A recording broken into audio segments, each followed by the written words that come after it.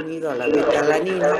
Este es el proceso que se sigue para formar su forma coenzimática, que lo vamos a ver más detallado en esta página. El ácido pantoténico, que hemos dicho que es el ácido pantoico unido a la beta-alanina, y tiene dos formas coenzimáticamente activas, la coenzima A y el acilcarrilproteín, ¿no? En este caso, el ácido pantoténico ha sido unido al ATP, bueno, la estructura es el ATP más ácido pantoténico y la cisteamina. Todo esto constituye la estructura de la coenzima A. Ustedes saben que la coenzima A es un metabolito súper importante en el metabolismo de carbohidratos, lípidos y de proteínas, no solamente de, ¿cómo se llama? De, por ejemplo, alguno de ellos, sino de los tres. Otra forma coenzimática activa es la acilcarrilproteína. Acilcarrilproteína es una proteína que une grupos acilo, igual que la coenzima A está unida a la fosfopateína, ¿no? Dicen, los dos tienen la molécula de cisteamina, la fosfopanteteína, ¿no? Aquí tenemos a la acilcarrilproteína y la coenzima A. Entre sus propiedades físico-químicas más importantes de esta vitamina es que es hidrosoluble, termosensible y sensible a pH ácido y alcalino. Entonces solamente es estable a pH neutro.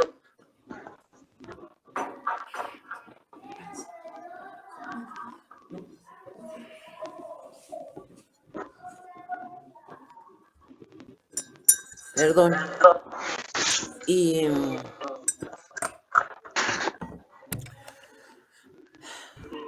como decía, es solamente estable a pH neutro, ¿no?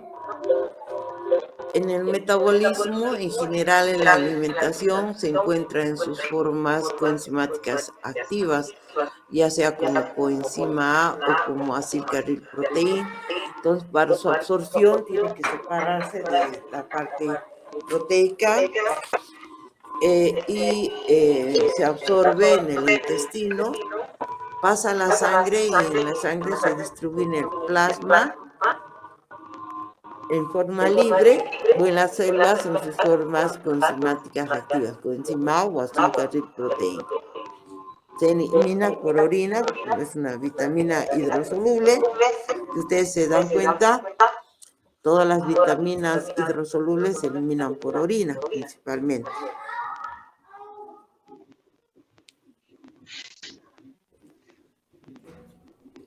¿Cuál es el rol de la coenzima A y de la acilcarrilproteína? Ambas están implicadas en el catabolismo de glúcidos, de lípidos y ciertos aminoácidos. También en la síntesis de ácidos grasos y colesterol. Ustedes saben, por ejemplo, si tomamos a los lípidos, el producto final del catabolismo, de la oxidación de los lípidos, es la acetilcoenzima A, y en la molécula base también para la síntesis de ácidos grasos o colesterol, ¿no? Y en los glúcidos, el piruvato, por descarboxilación, pasa a acetilcoenzima A para continuar su proceso de catabolismo, ¿no? Y lo mismo ocurre en los aminoácidos en procesos de transaminación y de desaminación. La coenzima A puede tener varios intermediarios metabólicos. Puede estar como acetilcoenzima A, que es lo más frecuente, pero también como propenilcoenzima A, que es la forma final de oxidación de los ácidos grasos de cadena impar, ¿no? Yo le estoy haciendo recuerdo a algunos procesos de bioquímica que ustedes han visto. O succinilcoenzima A o la malonilcoenzima A.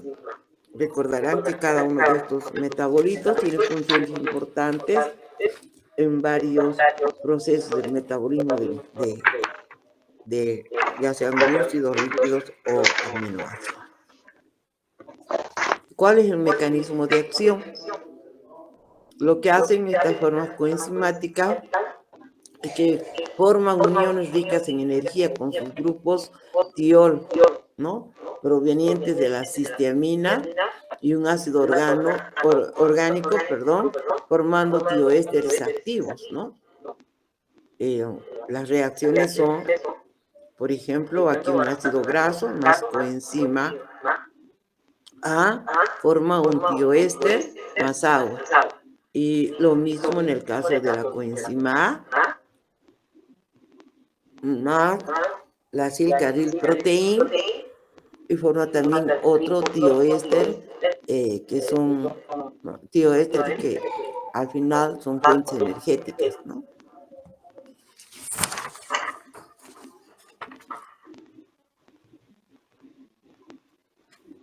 El centro activo del grupo es el grupo sulfidrilo terminal de la coenzima A. Los grupos acilo se unen a la coenzima A mediante enlaces tioéster para formar lo que conocemos, la acilcoenzima A. Este grupo acilo se une a menudo a la coenzima A para formar la acetilcoenzima A, que es el metabolito central del metabolismo de los 3 macronutrientes, ¿no? ¿Qué hace la acetilcoenzima A? Es un portador de grupos acetilo, ¿no? Activado de la misma forma que el ATP posee un grupo fosforilo activo, ¿no? Esta coenzima puede actuar como un transportador de asilos en general, en resumen, ¿no? Puede actuar como un transportador de asilos para formar acetilcoenzima A o otros componentes relacionados, como hemos visto en la diapositiva de atrás, malonil, coenzima A o cualquier de los otros productos o otros metabolitos que hemos señalado. Esta es la única, es una, perdón, de las formas de transportar átomos de carbono dentro de la célula. Este proceso es muy importante, chicos, porque es la forma en que transportan átomos de carbono dentro de una célula. La transferencia de átomos de carbono por el coenzima A es requete importante durante los procesos de respiración celular, así como también en la biosíntesis de compuestos, como es en el caso de los ácidos grasos, ¿no? Ustedes saben que si no hubiera ese proceso con la manolicoenzima A, no, y cuando se une y activa el ácido graso, esto no podría entrar dentro de la mitocondria, ¿no? Y lo mismo ocurre en la biosíntesis de colesterol o acetilcolina, ¿no? Que es otro metabolito importante. No vuelvo a repetir que el centro activo es el grupo sulfidrilo terminal de la coenzima A.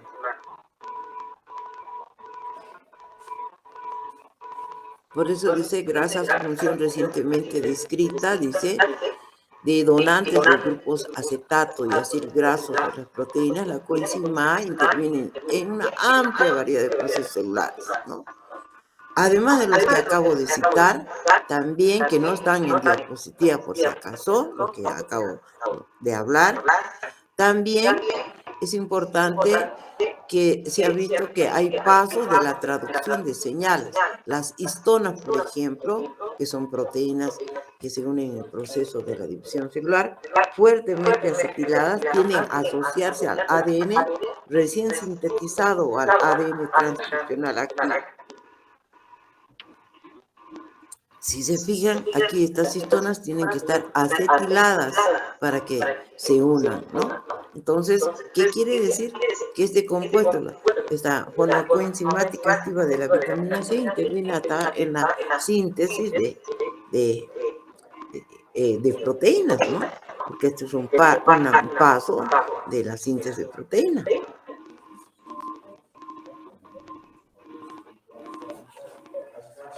La coenzima, esta coenzima puede actuar también con grupos transportadores de asilo para formar acetilcoenzima y otros componentes relacionados. Esta es la forma de transportar átomos de carbono dentro de la célula. Menos mal que aquí ya dice lo que hace rato les había dicho, ¿no? Porque no sé si estarán tomando apuntes. Ay, perdón. Esta transferencia de átomos de carbono, que es la única forma de transferir átomos de carbono dentro de la célula, ¿no? Es importante en la respiración celular, en biosíntesis de muchos compuestos, como por ejemplo ácidos grasos, colesterol, la acetilcolina, que es un neurotransmisor, ¿no? Por ejemplo, aquí se ven en este gráfico esos pasos. La acetilcoenzima A es la coenzima A forma acetilcoenzima A, hemos dicho, ¿no? Que es la base para la síntesis de ácidos grasos alimentarios. Luego esta acetilcoenzima con proteínas transportadoras de asilos se ha visto que es importante en procesos de acilación de proteínas, ¿no? Gracias a la acyl carril protein. Es un paso también de la síntesis de proteínas, ¿no? Cuando hemos hablado de que es necesario para la acilación de las histonas, ¿no? Después también es importante la acetilcoenzima A, ya sabemos eso, en la síntesis de fosfolípidos y triglicéridos, ¿no? Y lo mismo en la síntesis de esfingosina. Ustedes saben que los fosfolípidos son componentes de la membrana de todas las células, a excepción de las neuronas, que en vez de fosfolípidos en las neuronas tenemos la esfingosina. Entonces son dos componentes lipídicos re importantes en la síntesis de las membranas celulares. Igual aquí, como ya hemos visto, necesitamos que para que ocurra el proceso de beta-oxidación, que la carnitina, que la coenzima A forme acilcoenzima A ¿para qué? Para permitir se une a los ácidos grasos, perdón, recordarán ustedes, y esos ácidos grasos permiten el ingreso a la mitocondria para el proceso de la beta-oxidación. Aquí no se está mostrando ese proceso, pero ustedes que han llevado ya eso en bioquímica saben que a eso se refiere. No hubiera una beta-oxidación de ácidos grasos si no tuvieran la ayuda de la carnitina, y esta carnitina solo acepta ácidos grasos activados, ¿no es cierto? Luego aquí también en el paso que ya les había dicho del producto final de la glicols, que es el piruvato, el proceso de decarboxilación del piruvato para continuar el proceso del ciclo de Krebs, tiene que realizarse el proceso de decarboxilación, que por supuesto no solamente la coenzima actúa. Ustedes saben que aquí es un resumen solamente para mostrar la presencia de los metabolitos de la vitamina B5, pero ustedes saben que esto es una reacción compleja donde se interviene la vitamina B1, la B2, la B3, ¿no? Hasta que se forme acetilcoenzima A. La acetilcoenzima A tiene la posibilidad de oxidarse, de oxidar la glucosa completamente hasta dióxido de carbono, o si hay en exceso, desviarse hacia la síntesis de ácidos grasos, que ustedes también ya han estudiado. Y aquí la malonilcoenzima A, que es otro de los metabolitos que se forman a partir de la coenzima A, son indispensables para que se realice el proceso de síntesis de ácidos grasos. Entonces, como ven, esta vitamina B5, que muchas veces no la nombramos, es requete importante en el metabolismo. Quizás porque en general está, aunque en pequeñas cantidades, en casi todos los alimentos, pero en mayor concentración en la levadura, que ya me he cansado ya desde la anterior clase de decirles que la levadura no es un medicamento, es un suplemento nutricional que deberíamos consumir, en granos enteros y en los huevos también. Se encuentran en gran cantidad de vitamina B5. También puede encontrarse en suplementos dietarios, ¿no? Como pantotenato de calcio. Dice que estudios recientes sugieren que las bacterias intestinales pueden generar ácido pantoténico, pero en concentraciones más bajas, ¿no? Eso siempre y cuando nuestra flora sea buena, ¿no? Que lastimosamente muchas veces cambiando por microorganismos más bien que son dañinos, ¿no?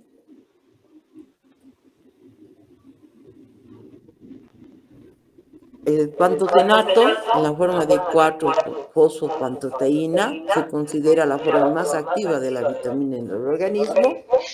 Es indispensable y ya hemos visto que es inestable, perdón, a temperaturas altas o cuando se almacenan durante periodos largos, lo que quiere decir que esos alimentos donde se encuentran principalmente esta vitamina no debemos someterlos a cocimiento, ¿no?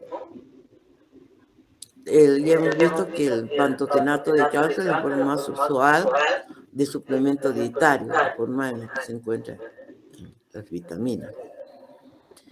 Su requerimiento en realidad es de 5 es suficiente, pero se tolera hasta 10 miligramos por día, ¿no? Y 10 miligramos de pantotenato de calcio equivale a 9,2 miligramos de ácido pantoténico.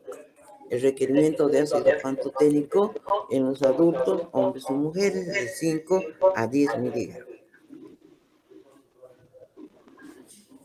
La deficiencia es excepcionalmente rara. ¿Por qué?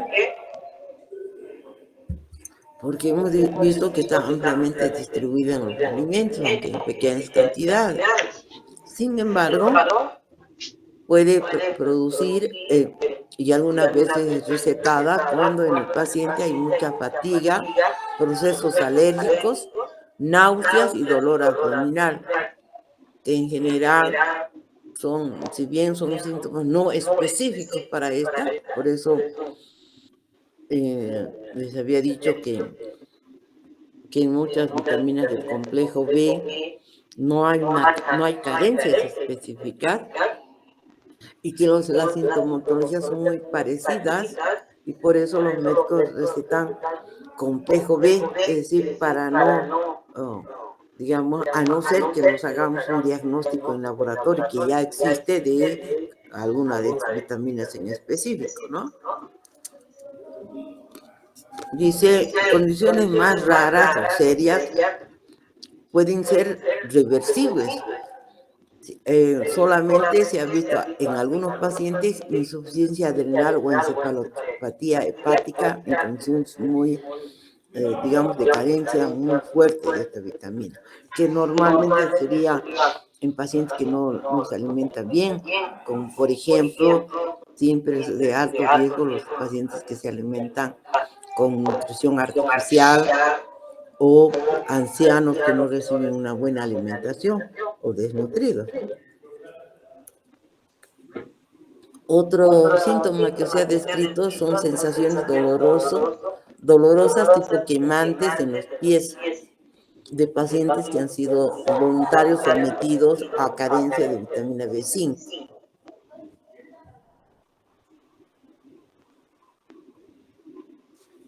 ¿Cómo se detecta la carencia de la vitamina B5 en orina? Lo normal es de 1 a 7 miligramos en orina de 24 horas. ¿Alguna pregunta? No. ¿Chicas? No. Jóvenes, ¿tienen alguna pregunta? No. Bueno, vamos a pasar entonces a la vitamina B6.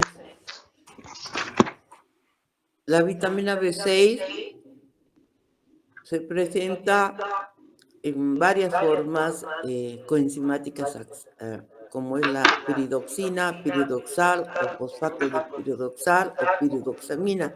Son las 3 formas activas de la vitamina B6 y el fosfato de piridoxal es la más frecuente. Las propiedades físico-químicas es que es hidrosoluble, esta es termoestable, pero es sensible a la luz y es sensible a soluciones neutras y alcalinas. La B5 era a soluciones ácidas y alcalinas. En cambio aquí las ácidas son las más estables, en cambio las neutras y alcalinas son sensibles, ¿no? Es importante manejar esto, chicas, porque si alguna vez quieren preparar un producto, una forma alimentaria, cualquier cosa manejando vitaminas, hay que saber sus estabilidades. En los alimentos la vitamina B6 está unida a de las proteínas o glúcidos, principalmente las proteínas. Por lo tanto, en este caso, lo que hay que hacer para su absorción es separar primero las enzimas, separan a las proteínas o a los glúcidos, se absorben y en la sangre, vamos a ver en el plasma con piridoxal-fosfato, en el plasma, en la albúmina y en los glóbulos rojos, en la hemoglobina, el piridoxal-fosfato. Se elimina por orina en forma libre y también en forma de metabolitos.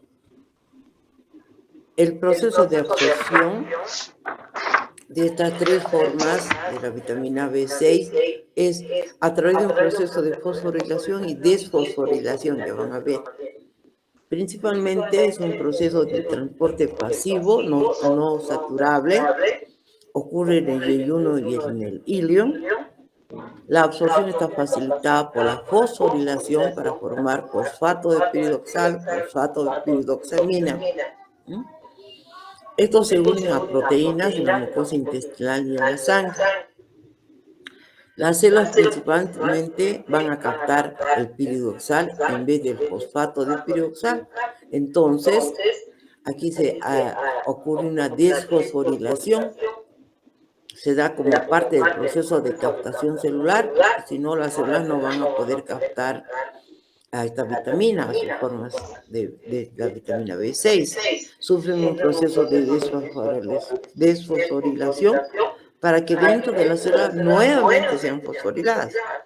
Después de la captación, el piridoxal es fosforilado nuevamente, como les decía, a fosfato de piridoxal o fosfato de piridoxamina.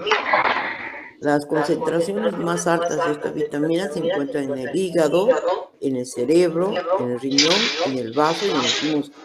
Entonces, fíjense cómo hay ese proceso, es obligatorio el proceso de desfosforilación para ser captado por las células, aunque su absorción sea de forma fosforilada, pero para la captación celular tiene que desfosforilarse y nuevamente fosforilarse para cumplir su función. El hígado es el órgano responsable de la mayor parte del metabolismo de la vitamina B6.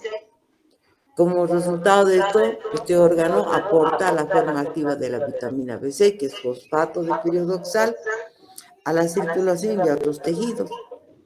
Las tres formas no fosforiladas son convertidas a sus respectivas formas fosforiladas por una enzima que es la piridoxinasa.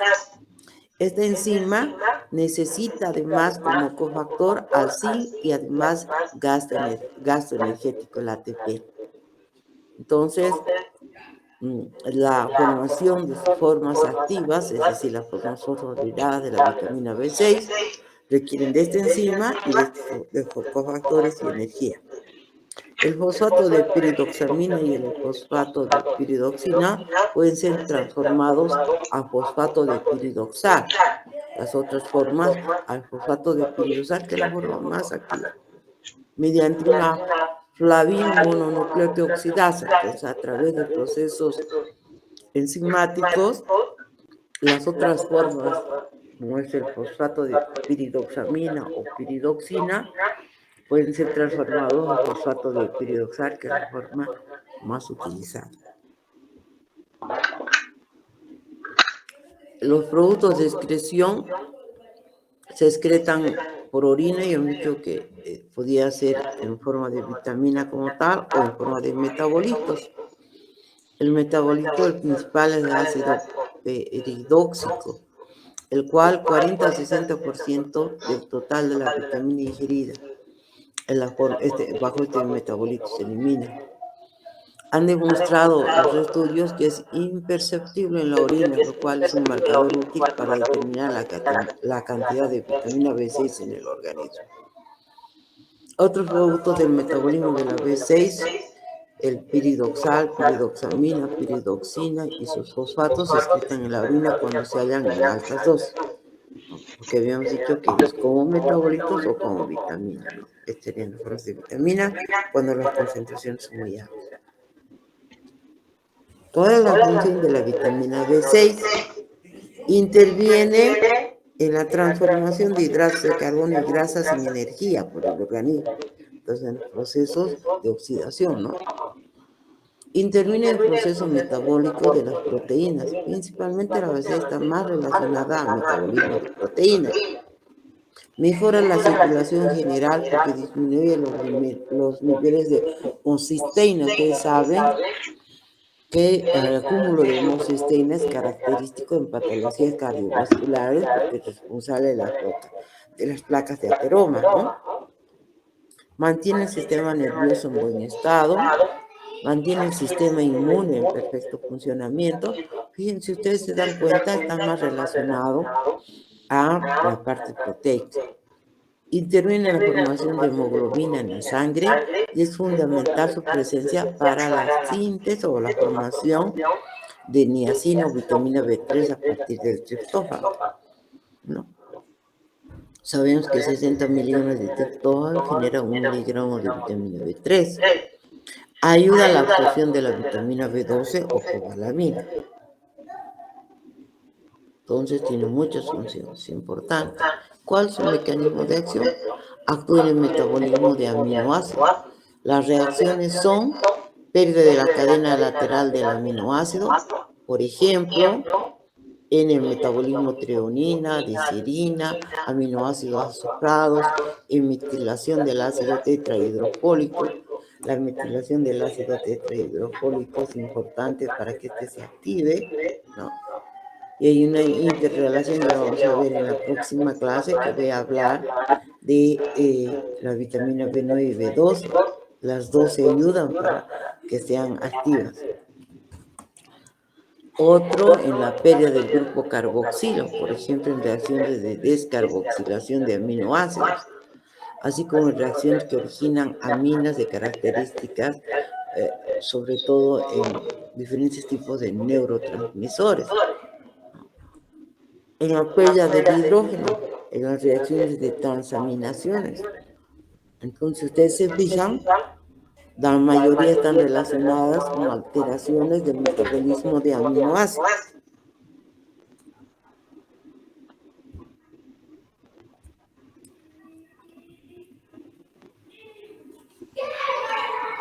¿Cuáles serían esas funciones? De la forma metabólicamente activa de la B6, que es el fosfato del piridosal, sirve como coenzima de múltiples enzimas que intervienen en reacciones del metabolismo de aminoácidos, metabolismo de neurotransmisores como por ejemplo síntesis de serotonina, epinefrina, adrenalina, norepinefrina, ácido gamma aminobutírico, etc. Síntesis de la histamina, síntesis de la hemoglobina, función y expresión genética, es decir, si ustedes se fijan, son reacciones vitales en las cuales el organismo no podría funcionar y está ligado al metabolismo de aminoácidos y proteínas en general. Es cofactor, el fosfato de piridoxal es cofactor de transaminasas, enzimas del hígado, capaz de catabolizar a los aminoácidos. Y por ejemplo, en la conversión de metionina en caseína, el metabolismo de la selenio-metionina a selenio-homocisteína y en seleonuro de hidrógeno, ¿no? En el metabolismo de homocisteína en realidad, ¿no? En la conversión de triptófano a niacina, como ya les había dicho, en la creación de aminas fisiológicas activas mediante procesos de descarboxilación de aminoácidos, Algunos ejemplos de estos es la histidina a histamina, triptófano a serotonina, el glutamato a GABA, dihidroxipeniladanina a dopamina, ¿no? Entonces, fíjense, la vitamina C es súper importante. Eso mismo a que se ve lo que hemos hablado en esta gráfica como cofactor de transaminasas, ¿no? Para transformar aminoácidos esenciales en no esenciales por reacciones de transaminación, ¿no? Convertir metionina en cisteína, que son neurotransmisores, ¿no? Selenio, metionina en selenio, homocisteína y cianuro de hidrógeno. Este es el metabolismo de la homocisteína. De triptófano en niacina, crear aminas como histidina, la histamina a partir de histidina, la serotonina a partir del triptófano, el GABA a partir del glutamato, la dopamina a partir de aminas, ¿no? Todo, este es un gráfico resumen de lo que hemos hablado hace rato. En los lípidos, la vitamina B6 es un componente esencial de las enzimas que facilitan la biosíntesis, es decir, sobre todo en la síntesis de esfingolípidos, ¿no? Particularmente también en la síntesis de ceramidas que requieren del fosfato de piridoxal. Los esfingolípidos incluyen a las esfingomielinas, esfingolípidos, los cerebrósidos, globósidos, gangliósidos. Ustedes saben que son componentes de la membrana de las neuronas, ¿no?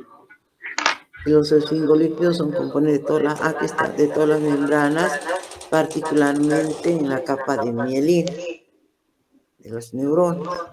En cambio, en la membrana de las demás células son fosfolípidos, el que también interviene en la B6. Aquí vemos que el piridoxal fosfato es coenzima de ceramidas para la síntesis de esfingosina más ácidos grasos, ¿no?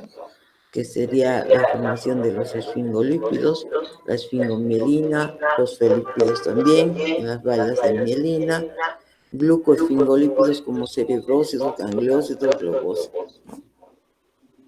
Eso ustedes han visto en Bioquímica 1.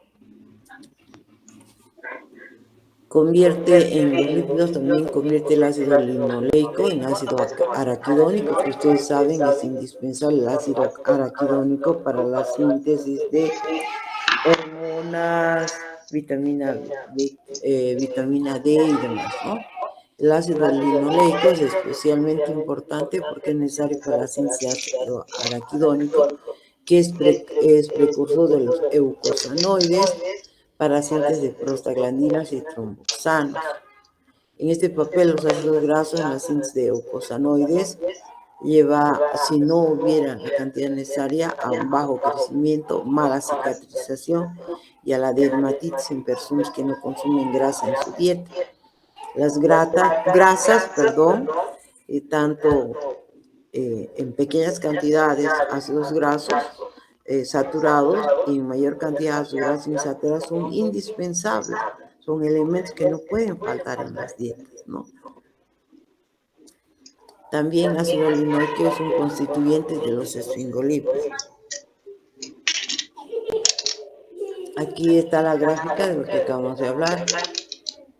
Entonces, deficiencia de ácido linoleico puede provocar reumatismo, alergias, infecciones frecuentes, piel seca, mala cicatrización, donde lo podemos conseguir principalmente en aceite de oliva o aceites también ricos en omega 3, ¿no? Omega 3 y 6. El ácido linoleico es importante para la síntesis del ácido araquidónico y este ácido araquidónico para la síntesis de eucosanoides, ¿no? Y que como los tromboxanos, prostaglandinas, ¿no? Y ustedes saben que los tromboxanos son indispensables en la formación de la coagulación, en la membrana de las plaquetas, las prostaglandinas en las respuestas inflamatorias, control de temperatura, provocan aparición de fiebres, ayuda en la regulación hormonal, ¿no? Y una deficiencia puede provocar mala cicatrización, bajo crecimiento y dermatitis. Esto en personas sin crecimiento, ¿no? También de hormonas, y es indispensable para casi todas las células. En la gluconeogénesis también, la vitamina B6 juega un papel importante, ya que el fosfato de piroxal, mediante reacciones químicas, nos va a proporcionar aminoácidos sobre los cuales actúan enzimas que a través de reacciones de transaminación sean aptos para el proceso de gluconeogénesis, que es la síntesis de glucosa a partir de fuentes que no sean hidratos de carbono. Así también la vitamina B6 es una coenzima para la coenzima fosforilasa del glucógeno, que es necesaria para que ocurra la glicólisis, ¿no?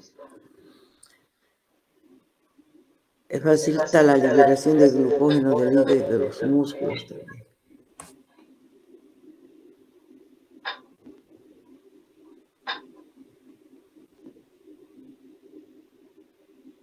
Glucogenólisis es aquí, no glucólisis. Ahí hay un error también, hay que corregir.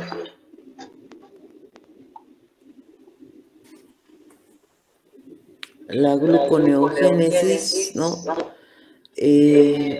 Permite el piridoxal fosfato, las fosforilasas del glucógeno para glucogenólisis, ¿ve? Pero les decía que aquí he repetido, les he dicho que aquí está mal, no es glucólisis, es glucogenólisis. Por favor, chicos, van a corregir, ¿no? Del glucógeno para que libere, ya sea hacia el hígado, al músculo, glucosa, ¿no? Luego también en reacciones químicas de aminoácidos, enzimas que dependen del piroxal fosfato, para estimular la gluconeogénesis a partir de sus insumos, que son, en este caso, principalmente actúa a nivel de aminoácidos, ¿no? Transformación a cetoácidos que puedan ingresar al proceso de gluconeogénesis.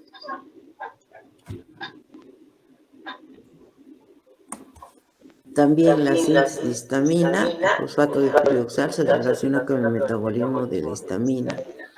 En la ingesta de B6 tiene un impacto significativo sobre la función inmune. En estudios en animales y en humanos se ha encontrado que una baja ingesta de B6 se acompaña de trastornos inmunitarios. La producción de interleucina y la proliferación de linfocitos está disminuida en los humanos cuando hay deficiencia de vitamina B6. Aquí está su gráfica de lo que acabamos de hablar. Entonces, el piridoxal fosfato es cofactor de enzimas que intervienen en el metabolismo de la histamina, lo que está relacionado con procesos de alergia, la interleucina en la síntesis de leucocitos, ¿no? Células de la médula ósea, del timo, en linfocitos también, que ustedes saben son células de defensa, ¿no? Esta gráfica es bien bonita. Su deficiencia de esta B6 es rara, sin embargo, cuando estas se presentan un consumo menor a 0,5 miligramos por día, pueden presentar irritación, espasmos musculares, convulsiones, que se recuperan cuando se inyecta la vitamina. Trastornos en la piel, que indica caída del cabello, erupciones en la piel, úlceras en la boca, en la lengua, glositis, dermatitis seborreica, aparición de mayor concentración de grasa a nivel de la nariz y la barbilla, estomatitis, etc. Trastornos nerviosos como irritabilidad, confusión, nerviosismo, ansiedad, depresión, insomnio, debilitamiento y pérdida de peso. La falta de vitamina 6 provoca disminución de la masa muscular, anemia y agotamiento. También falta, si es en el bebé, durante la lactancia puede generar la aparición de convulsiones, espasmos musculares y llanto continuo en los bebés, crisis convulsivas por falta del inhibidor del GABA y neuritis periférica, puede presentar queilosis, grietas y peladuras de los labios, es la queilosis, ¿no? Anemias, pérdidas de peso, náuseas, calambres musculares. ¿Cuáles son las poblaciones de mayor riesgo? Personas vegetarianas, dado que los vegetales contienen niveles muy bajos de piridoxina, es necesario comer más cereales integrales y nueces, mujeres embarazadas o lactantes, personas que abusan del alcohol, fumadores necesitan más piridoxina porque el humo interviene en la absorción de esta vitamina, algunos medicamentos que para tratar el asma, la tuberculosis, la artritis, la hipertensión, podrían interferir en su absorción de esta vitamina y requerir también vitamina B6, personas con quemaduras por afectación de la piel, personas con diarrea, diálisis, enfermedades del corazón, enfermedades intestinales, enfermedades del hígado, tiroides hiperactiva, estrés, personas de enfermedad de larga duración o una lesión grave, es decir, personas que tienen cáncer o enfermedades, digamos, que tienen larga duración, extirpación quirúrgica del estómago.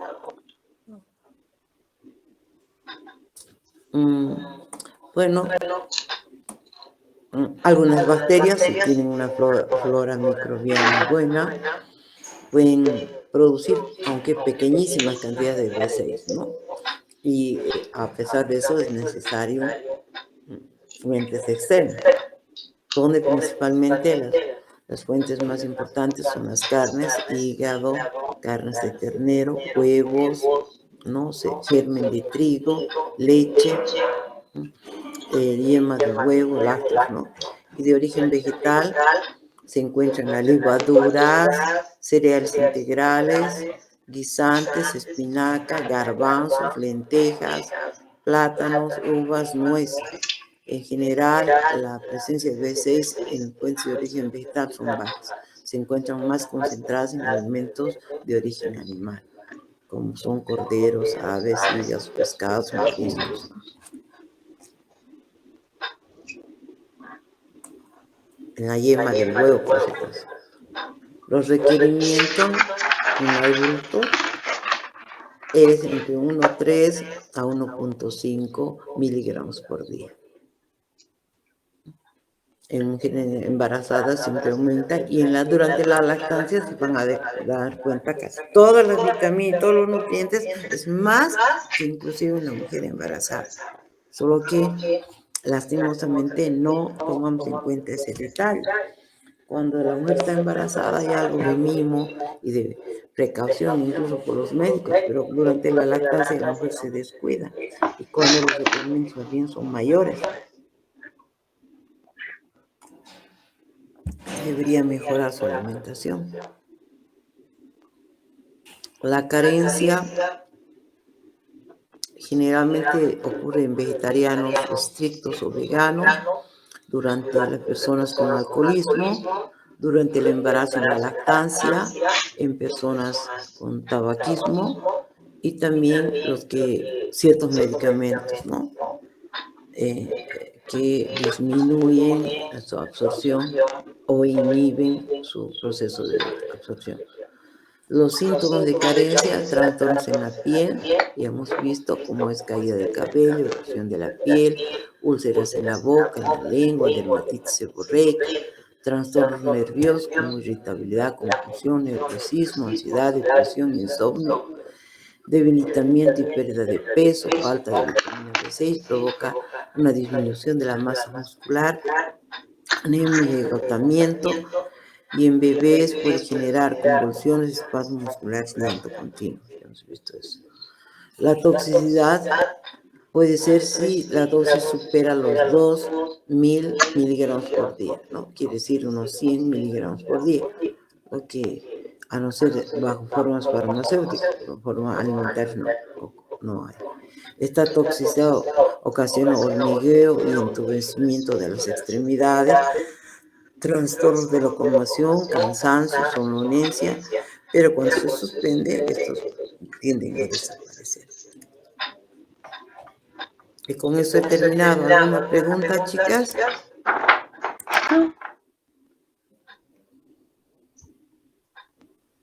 Doctora, buen día. Sí. Una consulta. Hablaba que la deficiencia de vitamina B6 causa quelosis, que son las grietas y peladuras de los labios. Ujú. En la época de invierno, ¿esto está relacionado con esta deficiencia? Bueno, el agrietamiento de la boca no solamente es exclusivo de la B6, también de otras vitaminas del complejo B. En el invierno ayuda el tiempo, la temperatura fría y demás, la sequedad del ambiente en nuestro medio también es un factor. Puede no ser exclusivamente debido a una deficiencia de vitamina B6, pero puede estar relacionada también. Lastimosamente, los síntomas y signos de deficiencia en muchas vitaminas, a no ser que tenga un nombre específico, características especiales, se pueden confundir y pasan por eso mismo desapercibidas. De ahí que durante el invierno o etapas, también en épocas de exceso de calor, es aconsejable consumir vitaminas del complejo B en general. Y la mejor forma de hacerlo de manera natural es el consumo de levadura, que ya les he dicho vienen en pastillas o en polvos, y es un suplemento. Las dosis no son tan altas como para ocasionar algún problema por exceso de estas vitaminas.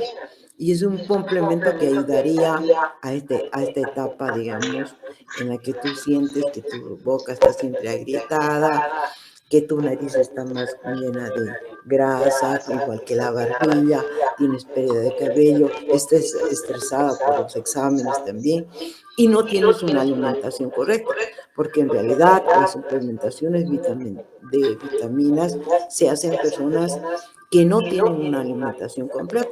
Lastimosamente la mayoría de nosotros no tiene esa alimentación. ¿Por qué?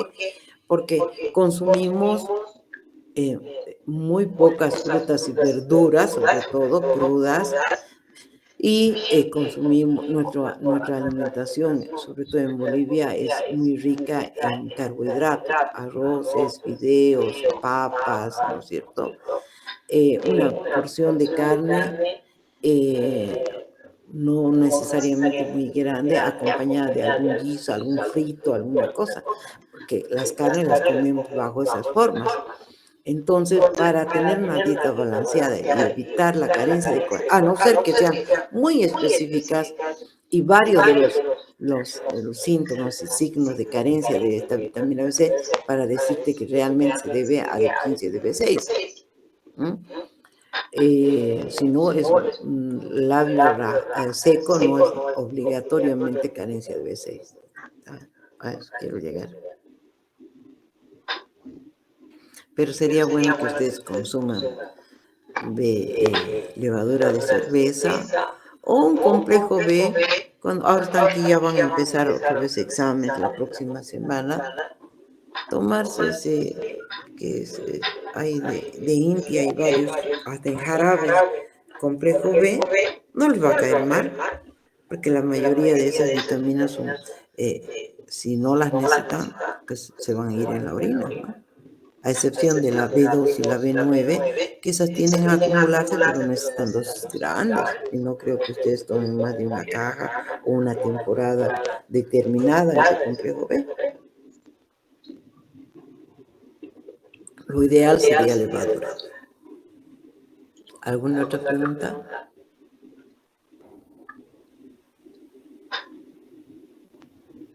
Señorita, ¿está claro? Sí, doctora, queda claro, gracias. ¿Alguien más tiene alguna otra pregunta?